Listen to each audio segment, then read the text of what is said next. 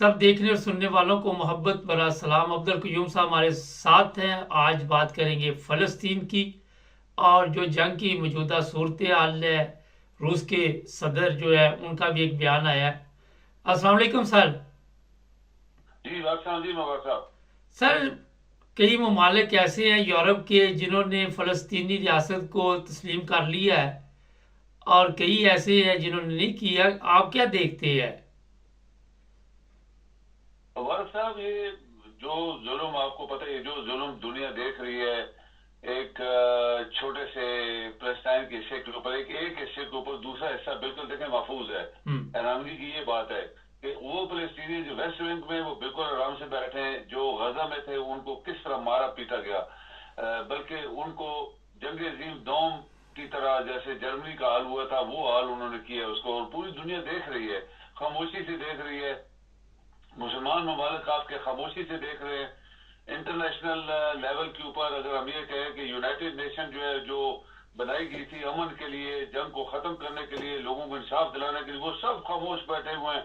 یہ ایک بہت بڑا المیہ ہے کہ یونائٹڈ نیشن کبھی بھی کہیں پہ امن قائم کرنے میں کامیاب نہیں ہوئی۔ ہم لیکن ایک بات آپ نوٹ کر لیں مبارک صاحب، اگر یہ تو مسلمانوں کا قصہ ہے، لیکن انسانیت کا قصہ پہلے ہونا چاہیے، پھر مسلمانوں کی بات آنی چاہیے۔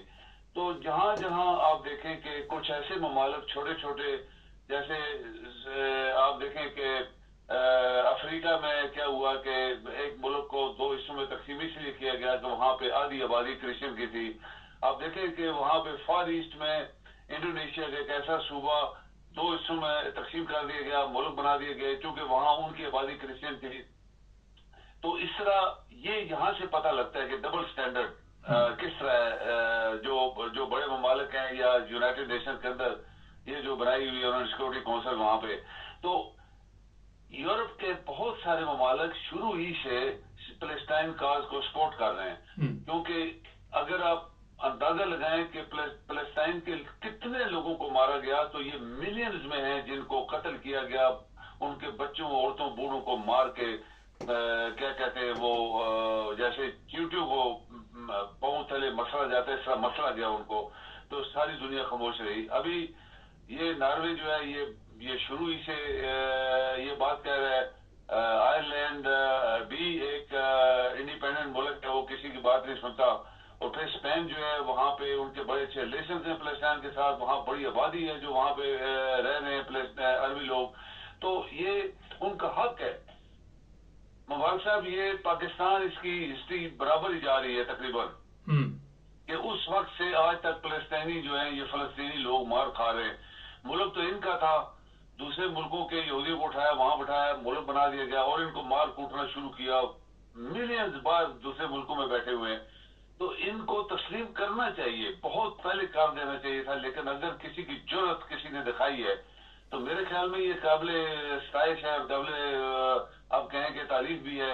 اس طرح یہ باقی جو بچے لوگ، آپ دیکھیں مسلمانوں کے ممالک کیوں نہیں تسلیم کرتے بھائی؟ یونائٹڈ نیشن میں جا کے اعلان کریں 57 ملک ہم نے تسلیم کر لیا ہے، یورپ کے بہت ملک کریں گے، افریقہ کے بھی کریں گے، وہ غریب لوگ ہیں انہوں نے بڑی جدوجہد کی ہوئی ہے، جیسے ساؤتھ افریقہ میں آپ کو پتا ہے کتنا عرصہ جو ہے وہاں پہ وہ چلتا رہا حساب کتاب۔ تو یہ ابھی ابھی موقع ہے کہ، اور امریکہ تو خوش نہیں ہے، امریکہ کے بیان سے آپ دیکھ لیں کہ وہ کہتا نہیں یہ ڈسکشن ہونی چاہیے، یہ ہونا چاہیے، وہ ہونا چاہیے، تو پہلے کیوں نہیں ہوا بھائی؟ ہم یہ بات ہے۔ تو یہ ایک اچھی خوشائند بات ہے اگر فلسطینیوں کو ان کا حق ملے، ان کا اپنا ملک ہو وہاں پہ، وہ لوگ لیکن جو جس طرح ان کی تباہی کر دی گئی ہے، یہ 50 سال ان کو پیچھے کر دیا گیا ہے۔ سر، یہ بتائیے، اسرائیل کے فرنٹ گرفتاری جاری ہوئے ہیں، 30,000 لوگوں کو پچھلے دنوں انہوں نے کیمے کی طرح مار دیا۔ اتنی دیر تک کیوں یہ خاموشی؟ ہاں دیکھنا، یہی تو موبائل سے المیہ ہے نا، کہ انسانیت کی بات ہم کرتے ہیں کہ اتنے لوگوں کو مارا گیا، بچوں عورتوں بوڑھوں کو، 50، یہ تو 30 40 کو گنتے تھوڑی ہے، وہ کم از کم 50,000 بندہ مارا گیا، لاکھوں دنیا زخمی ہوئی، کھربوں کی ٹریلین ڈالر کی پراپرٹی تباہ ہوئی ہے۔ جی۔